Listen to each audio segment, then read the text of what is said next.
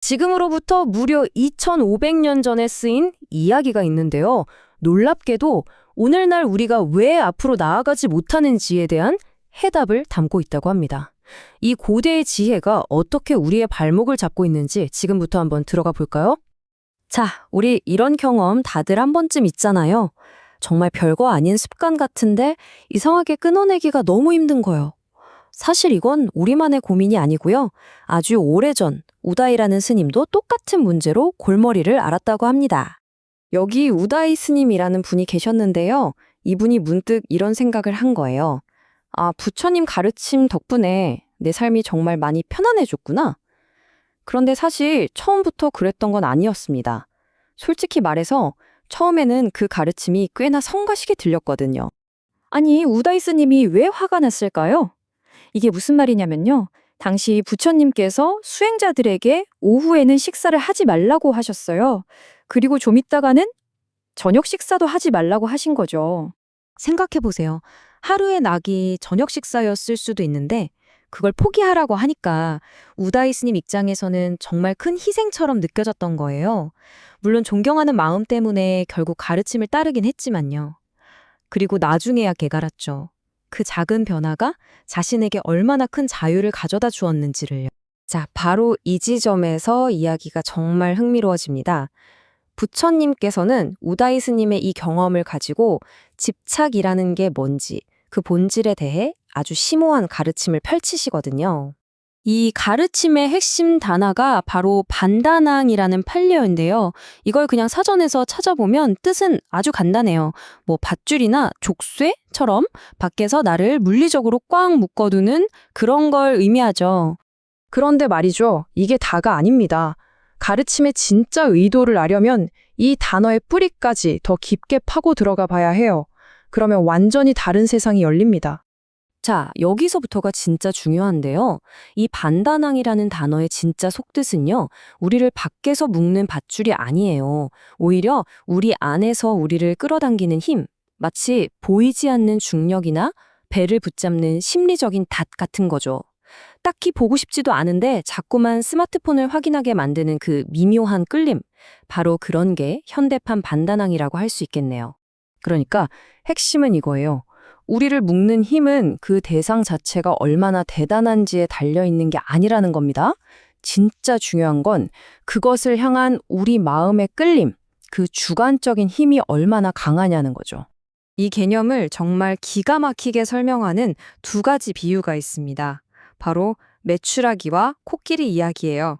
첫 번째 주인공은 아주 작은 메추라기입니다. 힘없이 썩어가는 덩굴 하나에 발이 묶여 있죠. 누가 봐도 그냥 툭 치면 끊어질 것 같은 그런 덩굴이에요.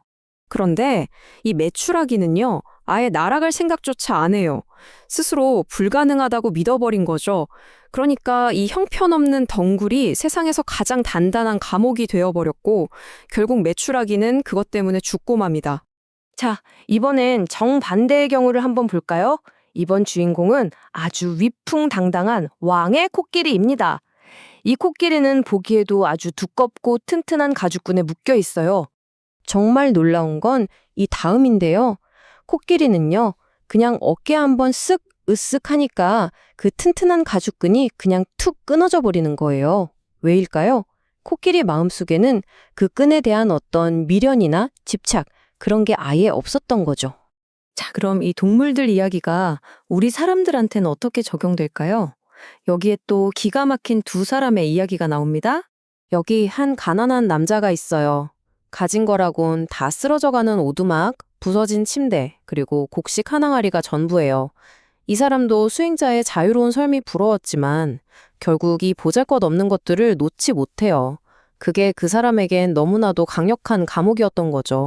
반면에 정말 어마어마한 부자가 있었습니다. 황금이 산더미처럼 쌓여 있고 땅도 넓고 거느린 사람도 많았죠. 잃을 게 훨씬 많잖아요. 그런데 이 사람은 지혜를 얻기 위해서라면 이 모든 걸 버릴 수 있다고 생각했어요. 그리고 정말로 너무나 쉽게 모든 걸 내려놓고 떠납니다. 그에게 재산은 아주 약한 끈에 불과했던 거예요. 자, 보세요. 정말 역설적이지 않나요? 매출하기와 가난한 사람은 객관적으로는 정말 별거 아닌 것에 묶여 있었지만 주관적인 집착이 너무 강해서 결국 갇히고 말았죠. 반대로 코끼리와 부자는 객관적으로는 엄청나게 강한 것에 묶여 있었지만 마음의 집착이 약했기 때문에 너무나 쉽게 자유로워질 수 있었던 겁니다.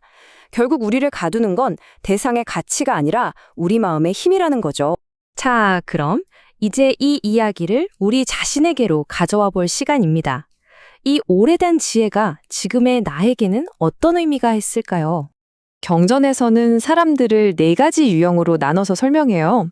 첫 번째는 집착에 푹 빠져서 그걸 즐기는 사람, 두 번째는 벗어나려고 발버둥은 치지만 여전히 묶여있는 사람, 세 번째는 거의 자유롭다가도 가끔 방심하면 훅 걸려드는 사람, 그리고 마지막 4번째는 집착이 모든 고통의 원인이라는 걸 깨닫고 완전히 자유로워진 사람이죠. 여러분은 지금 이 4단계 중에 어디쯤에 계신 것 같나요? 마지막으로 이 질문을 한번 스스로에게 던져보세요. 나를 다이아몬드처럼 단단하게 붙들고 있는 어쩌면 아무 가치도 없는 그것은 과연 무엇일까요?